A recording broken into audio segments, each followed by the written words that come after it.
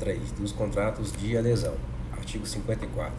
Contrato de adesão é aquele cujas cláusulas tenham sido aprovadas pela autoridade competente ou estabelecidas unilateralmente pelo fornecedor de produtos ou serviços, sem que o consumidor possa discutir ou modificar substancialmente seu conteúdo. Parágrafo 1º.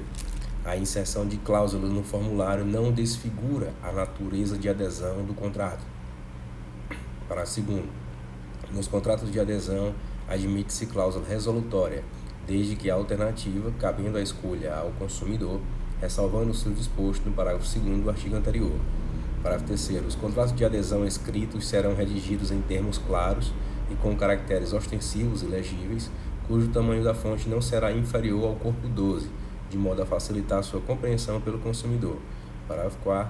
As cláusulas que implicarem limitação de direito do consumidor deverão ser redigidas com destaque, permitindo sua imediata e fácil compreensão. Capítulo 6A. Da prevenção e do tratamento do superendividamento. Artigo 54-A. Este capítulo dispõe sobre a prevenção do superendividamento da pessoa natural, sobre o crédito responsável e sobre a educação financeira do consumidor. Parágrafo 1º. Entende-se por superendividamento a impossibilidade manifesta de o consumidor, pessoa natural, de boa-fé, pagar a totalidade de suas dívidas de consumo, exigíveis e vicendas, sem comprometer seu mínimo existencial, nos termos da regulamentação. Parágrafo 2º. As dívidas referidas no parágrafo 1º deste artigo englobam quaisquer compromissos financeiros assumidos decorrentes de relação de consumo, inclusive operações de crédito, compras a prazo e serviços de prestação continuada. Parágrafo 3º. O disposto neste capítulo não se aplica ao consumidor cujas dívidas tenham sido contraídas mediante fraude ou má-fé, sejam oriundas de contratos celebrados dolosamente com o propósito de não realizar o pagamento ou decorram da aquisição ou contratação de produtos e serviços de luxo de alto valor. 54b. No fornecimento de crédito e na venda a prazo, além das informações obrigatórias previstas no artigo 52 deste Código e na legislação aplicável à matéria, o fornecedor ou o intermediário deverá informar o consumidor, prévio e adequadamente, no momento da oferta sobre 1. O custo efetivo total e a descrição dos elementos que o compõem. 2. A taxa efetiva mensal de juros, bem como a taxa dos juros de mora e o total de encargos, de qualquer natureza, previstos para o atraso no pagamento. 3. O montante das prestações e o prazo de validade da oferta, que deve ser no mínimo de 2 dias. 4. O nome e o endereço, inclusive o eletrônico, do fornecedor. 5. O direito do consumidor à liquidação antecipada e não onerosa do débito nos termos do parágrafo 2º do artigo 52 deste Código e da regulamentação em vigor. Parágrafo 1º. As informações referidas no artigo 52 deste Código e no caput deste artigo devem constar de forma clara e resumida do próprio contrato, da fatura ou de instrumento apartado, de fácil acesso ao consumidor. Parágrafo 2º. Para efeitos deste Código, o custo efetivo total da operação de crédito ao consumidor consistirá em taxa percentual anual e compreenderá todos os valores cobrados do consumidor, sem prejuízo do cálculo padronizado pela autoridade reguladora do sistema financeiro. Parágrafo 3º. Sem prejuízo do disposto no artigo 37 deste Código, a oferta de crédito ao consumidor e a oferta de venda a prazo ou a fatura mensal, conforme o caso, devem indicar, no mínimo, o custo efetivo total, o agente financiador e a soma total a pagar, com e sem financiamento. Artigo 54-C. É vedado expressa ou implicitamente, na oferta de crédito ao consumidor, publicitária ou não, inciso 2, indicar que a operação de crédito poderá ser concluída sem consulta a serviços de proteção ao crédito ou sem avaliação da situação financeira do consumidor. 3. Ocultar ou dificultar a compreensão sobre os ônus e os riscos da contratação do crédito ou da venda a prazo. 4. Assediar ou pressionar o consumidor para contratar o fornecimento do produto, serviço ou crédito, principalmente se se tratar de consumidor idoso, analfabeto, doente ou em estado de vulnerabilidade agravada ou se a contratação envolver prêmio. 5. Condicionar o atendimento de pretensões do consumidor ou o início de tratativas, a renúncia ou a desistência de demandas judiciais, ao pagamento de honorários advocatícios ou depósitos judiciais. Artigo 54-D. Da oferta de crédito previamente à contratação, o fornecedor ou o intermediário deverá, entre outras condutas, 1. informar e esclarecer adequadamente o consumidor, considerada sua idade, sobre a natureza e a modalidade do crédito oferecido, sobre todos os custos incidentes, observar o disposto nos artigos 52 e 54b deste Código e sobre as consequências genéricas e específicas do inadimplemento. 2. Avaliar de forma responsável as condições de crédito do consumidor, mediante análise das informações disponíveis em bancos de dados de proteção ao crédito, observar o disposto neste Código e na legislação sobre proteção de dados.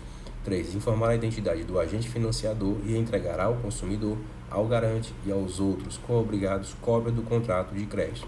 Parágrafo único. O descumprimento de qualquer dos deveres previstos no caput deste artigo e nos artigos 52 e 54c deste Código poderá acarretar judicialmente a redução dos juros, dos encargos ou de qualquer acréscimo ao principal e a dilação do prazo de pagamento previsto no contrato original, conforme a gravidade da conduta do fornecedor e as possibilidades financeiras do consumidor, sem prejuízo de outras sanções e de indenização por perdas e danos patrimoniais e morais ao consumidor. 54 vetado. 54F. São conexos, coligados ou interdependentes, entre outros, o contrato principal de fornecimento de produto ou serviço e os contratos acessórios de crédito que lhe garantam o financiamento quando o fornecedor de crédito, inciso 1, recorrer aos serviços do fornecedor de produto ou serviço para a preparação ou a conclusão do contrato de crédito. 2. Oferecer o crédito no local da atividade empresarial do fornecedor de produto ou serviço financiado ou onde o contrato principal for celebrado. Parágrafo 1º. O exercício do direito de arrependimento nas hipóteses previstas neste Código, no contrato principal ou no contrato de crédito, implica a resolução de pleno direito do contrato que lhe seja conexo. Parágrafo 2º. Nos casos dos incisos 1 e 2 do caput deste artigo, se houver inexecução de qualquer das obrigações e deveres do fornecedor de produto ou serviço, o consumidor poderá requerer a rescisão do contrato não cumprido contra o fornecedor do crédito. Parágrafo 3º. O direito previsto no parágrafo 2º deste artigo caberá igualmente ao consumidor, inciso 1, contra o portador de cheque pós-datado emitido para aquisição de produto ou serviço a prazo. 2. Contra o administrador ou o emitente de cartão de crédito ou similar, quando o cartão de crédito ou similar e o produto ou serviço forem fornecidos pelo mesmo fornecedor ou por entidades pertencentes a um mesmo grupo econômico. Parágrafo 4º. A invalidade ou a ineficácia do contrato principal implicará de pleno direito a do contrato de crédito que lhe seja conexo, nos termos do caput deste artigo, ressalvado ao fornecedor do crédito o direito de obter do fornecedor do produto ou serviço a devolução dos valores entregues, inclusive relativamente a tributos. 54G. Sem prejuízo do disposto no artigo 39 deste Código e na legislação aplicável à matéria, é vedado ao fornecedor de produto ou serviço que envolva crédito, entre outras condutas, 1. Realizar ou proceder à cobrança ou a débito em conta de qualquer quantia que houver sido contestada pelo consumidor em compra realizada com cartão de crédito ou similar, enquanto não for adequadamente solucionada a controvérsia, desde que o consumidor haja notificado a administradora do cartão com antecedência de pelo menos 10 dias contados da data do vencimento da fatura, vedada a manutenção do valor na fatura seguinte e assegurado ao consumidor o direito de deduzir do total da fatura o valor em disputa e efetuar o pagamento da parte não contestada, podendo o emissor lançar como crédito em confiança o valor idêntico ao da transação contestada que tenha sido cobrada, enquanto não encerrada a apuração da contestação. 2. Recusar ou não entregar ao consumidor, ao garante e aos outros coobrigados cópia da minuta do contrato principal de consumo ou do contrato de crédito em papel ou outro suporte duradouro, disponível e acessível, e após a conclusão, cópia do contrato. 3. Impedir ou dificultar, em caso de utilização fraudulenta do cartão de crédito ou similar, que o consumidor peça e obtenha, quando aplicável, a anulação ou imediato bloqueio do pagamento ou ainda a restituição dos valores indevidamente recebidos. Parágrafo 1º. Sem prejuízo do dever de informação e esclarecimento do consumidor e de entrega da minuta do contrato, no empréstimo cuja liquidação seja feita mediante consignação em folha de pagamento, a formalização e a entrega da cópia do contrato ou do instrumento de contratação ocorrerão após o fornecedor do crédito obter da fonte pagadora a indicação sobre a existência de margem consignável. Parágrafo 2º. Nos contratos de adesão, o fornecedor deve prestar ao consumidor, previamente, as informações de que tratam o artigo 52 e o caput do artigo 54b deste Código, além de outras porventura determinadas na legislação em vigor, e fica obrigado a entregar ao consumidor cópia do contrato após sua conclusão. Capítulo 7 das sanções administrativas. Artigo 55. A União, os Estados e o Distrito Federal, em caráter concorrente nas suas respectivas áreas de atuação administrativa, baixarão normas relativas à produção, industrialização, distribuição e consumo de produtos e serviços. Parágrafo 1º. A União, os Estados, o Distrito Federal e os municípios fiscalizarão e controlarão a produção, industrialização, distribuição, a publicidade de produtos e serviços e o mercado de consumo, no interesse da preservação da vida, da saúde, da segurança, da informação e do bem-estar do consumidor, baixando as normas que se fizerem necessárias. Parágrafo 3º. Os órgãos federais, estaduais, do Distrito Federal e municipais, com atribuições para fiscalizar e controlar o mercado de consumo, manterão comissões permanentes para elaboração, revisão e atualização das normas referidas no parágrafo 1º, sendo obrigatória a participação dos consumidores e fornecedores. Parágrafo 4º. Os órgãos oficiais poderão expedir notificações aos fornecedores para que, sob pena de desobediência, prestem informações sobre questões de interesse do consumidor, resguardado o segredo industrial. Artigo 56. As infrações das normas de defesa do consumidor ficam sujeitas, conforme o caso, às seguintes sanções administrativas, sem prejuízo das de natureza civil, penal e das definidas em normas específicas. Inciso 1. Multa. 2. Apreensão do produto. 3. Inutilização do produto. 4. Cassação do registro do produto junto ao órgão competente. 5. Proibição de fabricação do produto. 6. Suspensão de fornecimento de produto ou serviço. 7. Suspensão temporária de atividade. 8. Revogação de concessão ou permissão de uso. 9. Cassação de licença ou estabelecimento de atividade. 10. Interdição total ou parcial do estabelecimento de obra ou de atividade. 11. Intervenção administrativa. 12. Imposição de contrapropaganda. Parágrafo único. As sanções previstas neste artigo serão aplicadas pela autoridade administrativa, no âmbito de sua atribuição, podendo ser aplicadas cumulativamente, inclusive por medida cautelar, antecedente ou incidente de procedimento administrativo. Artigo 57. A pena de multa graduada de acordo com a gravidade da infração, a vantagem auferida e a condição econômica do fornecedor será aplicada mediante procedimento administrativo, revertendo para o fundo de que trata a Lei 7347 de 1985 os valores cabíveis à União ou para os fundos estaduais ou municipais de proteção ao consumidor nos demais casos. Parágrafo único. A multa será em montante não inferior a 200 e não superior a 3 milhões de vezes o valor da unidade fiscal de referência, o FI, ou índice equivalente que venha a substituí-lo. Artigo 58.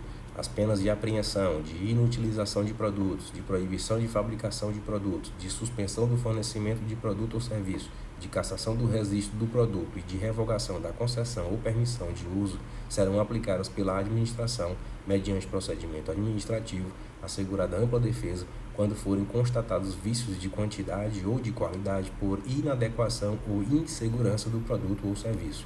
Artigo 59. As penas de cassação de alvará de licença, de interdição e de suspensão temporária da atividade, bem como a de intervenção administrativa, serão aplicadas mediante procedimento administrativo, assegurada ampla defesa quando o fornecedor reincidir na prática das infrações de maior gravidade previstas neste Código e na legislação de consumo. Parágrafo 1º. A pena de cassação de concessão será aplicada a concessionário de serviço público quando violar a obrigação legal ou contratual. Parágrafo 2º. A pena de intervenção administrativa será aplicada sempre que as circunstâncias de fato desaconselharem a cassação de licença, a interdição ou suspensão da atividade. Terceiro, pendendo ação judicial na qual se discuta a imposição de penalidade administrativa, não haverá reincidência até o trânsito em julgado da sentença. Artigo 60. A imposição de contrapropaganda será combinada quando o fornecedor incorrer na prática de publicidade enganosa ou abusiva, nos termos do artigo 36 e seus parágrafos, sempre às expensas do infrator. Parágrafo 1º.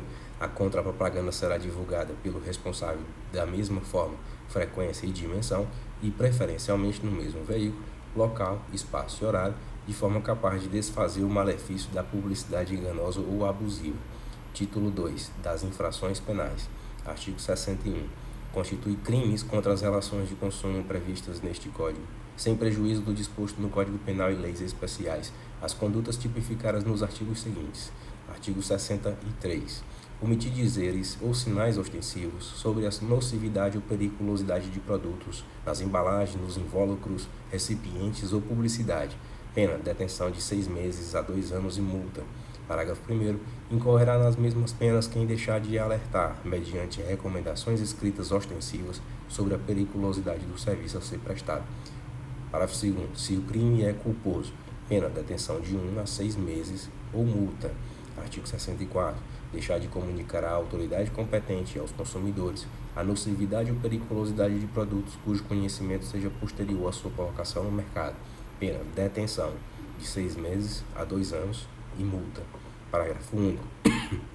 Incorrerá nas mesmas penas quem deixar de retirar do mercado imediatamente, quando determinado pela autoridade competente, os produtos nocivos ou perigosos, na forma deste artigo. Artigo 65. Executar serviço de alto grau de periculosidade, contrariando determinação de autoridade competente, pena detenção de 6 meses a 2 anos e multa. Parágrafo 1º. As penas deste artigo são aplicáveis sem prejuízo das correspondentes à lesão corporal e à morte. Parágrafo 2º. A prática do disposto no inciso 14 do artigo 39 desta lei também caracteriza o crime previsto no caput deste artigo. Artigo 66. Fazer afirmação falsa ou enganosa, ou omitir informação relevante sobre a natureza, característica, qualidade, quantidade, segurança, desempenho, durabilidade, preço ou garantia de produtos ou serviços. Pena detenção de 3 meses a 1 ano e multa. Parágrafo 1º. Incorrerá nas mesmas penas quem patrocinar a oferta. Parágrafo 2º. Se o crime é culposo, a pena é detenção de 1 a 6 meses ou multa.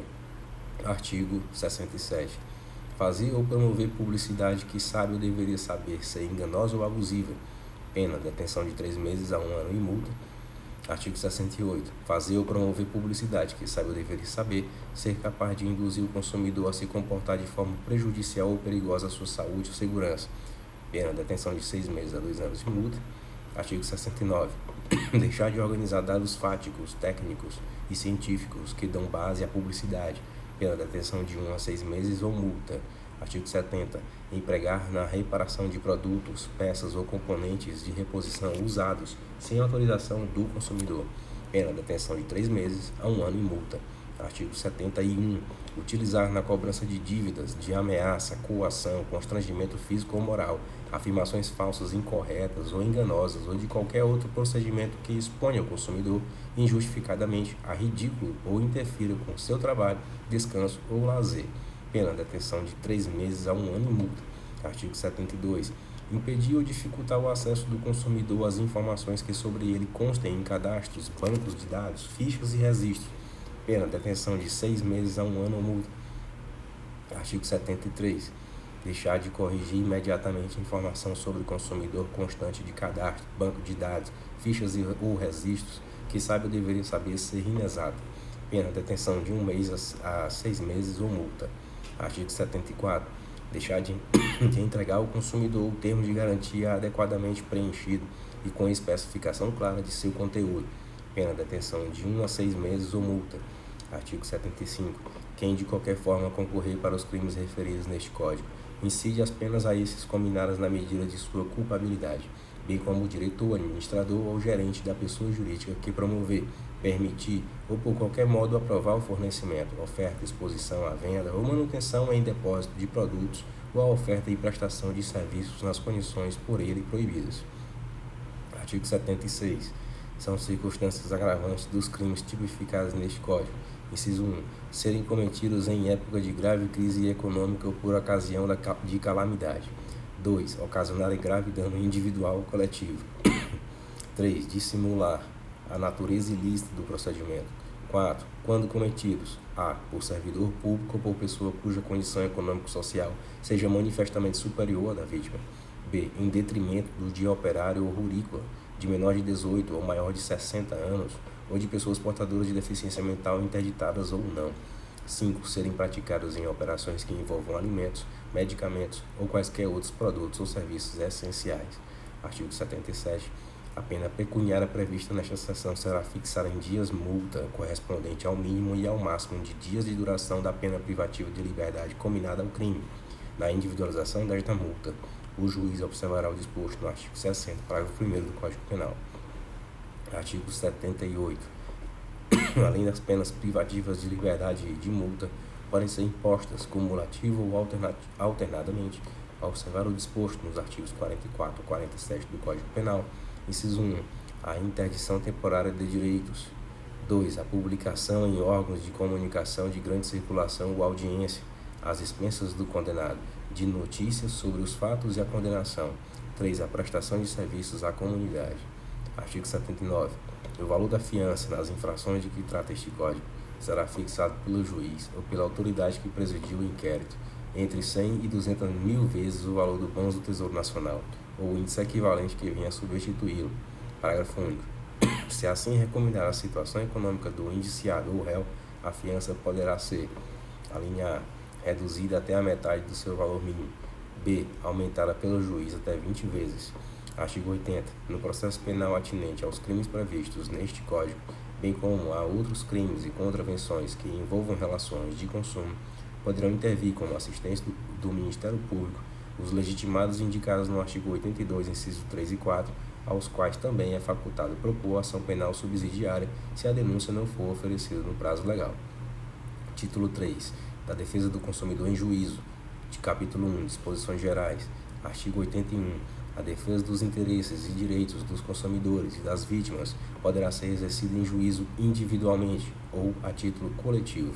Parágrafo único. A defesa coletiva será exercida quando se tratar de 1. Interesses ou direitos difusos, assim entendidos, para efeitos deste Código, os transindividuais de natureza indivisível, de que sejam titulares pessoas indeterminadas e ligadas por circunstâncias de fato. 2.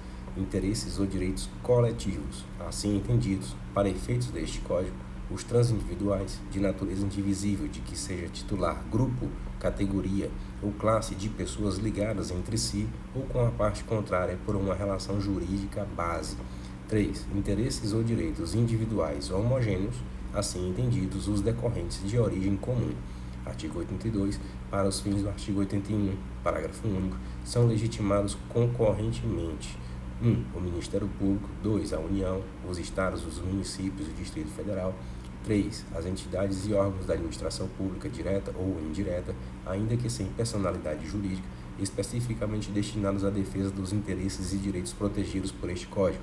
4. As associações legalmente constituídas há pelo menos um ano e que incluam entre seus fins institucionais a defesa dos interesses e direitos protegidos por este Código, dispensada a autorização assemblear. Parágrafo 1º. O requisito da pré-constituição pode ser dispensado pelo juiz nas ações previstas nos artigos 91 e seguintes, quando haja manifesto interesse social evidenciado pela dimensão ou característica do dano ou pela relevância do bem jurídico a ser protegido. Artigo 83. Para a defesa dos direitos e interesses protegidos por este Código, são admissíveis todas as espécies de ações capazes de propiciar sua adequada e efetiva tutela. Artigo 84. Na ação que tenha por objeto o cumprimento da obrigação de fazer ou não fazer, o juiz concederá a tutela específica da obrigação ou determinará providências que assegurem o resultado prático equivalente ao do adimplemento. Parágrafo 1º. A conversão da obrigação em perdas e danos somente será admissível se por elas optar o autor ou se impossível a tutela específica ou a obtenção do resultado prático correspondente. Parágrafo 2º. A indenização por perdas e danos se fará sem prejuízo da multa. Parágrafo 3º. Sendo relevante o fundamento da demanda e havendo justificado receio de ineficácia de provimento final, é lícito ao juiz conceder a tutela liminarmente ou após justificação prévia, citado o réu. Parágrafo 4º. O juiz poderá, na hipótese do parágrafo 3º na sentença, impor multa diária ao réu, independentemente de pedido do autor, se for suficiente ou compatível com a obrigação, fixando prazo razoável para o cumprimento do preceito. Parágrafo 5º. Para a tutela específica ou para a obtenção do resultado prático equivalente, poderá o juiz determinar as medidas necessárias, tais como busca e apreensão, remoção de coisas e pessoas, desfazimento de obra, impedimento de atividade nociva, além de requisição de força policial. Artigo 87. Nas ações coletivas de que trata este Código, não haverá adiantamento de custas, emolumentos, honorários periciais e quaisquer outras despesas, nem condenação de associação autora, salvo comprovada má-fé em honorários de advogados, custas e despesas processuais. Parágrafo único. Em caso de litigância de má-fé, a associação autora e os diretores responsáveis pela propositura da ação serão solidariamente condenados em honorários advocatícios e ao décuplo das custas, sem prejuízo da responsabilidade por perdas e danos. Artigo 88. Na hipótese do artigo 13, Parágrafo único deste Código. A ação de regresso poderá ser ajuizada em processo autônomo, facultada a possibilidade de prosseguir-se nos mesmos autos, vedada a denunciação da lide. Artigo 90. Aplicam-se às ações previstas neste título as normas do Código de Processo Civil e da Lei 7347 de 1985, inclusive no que respeita ao inquérito civil, naquilo que não contrariar as suas disposições.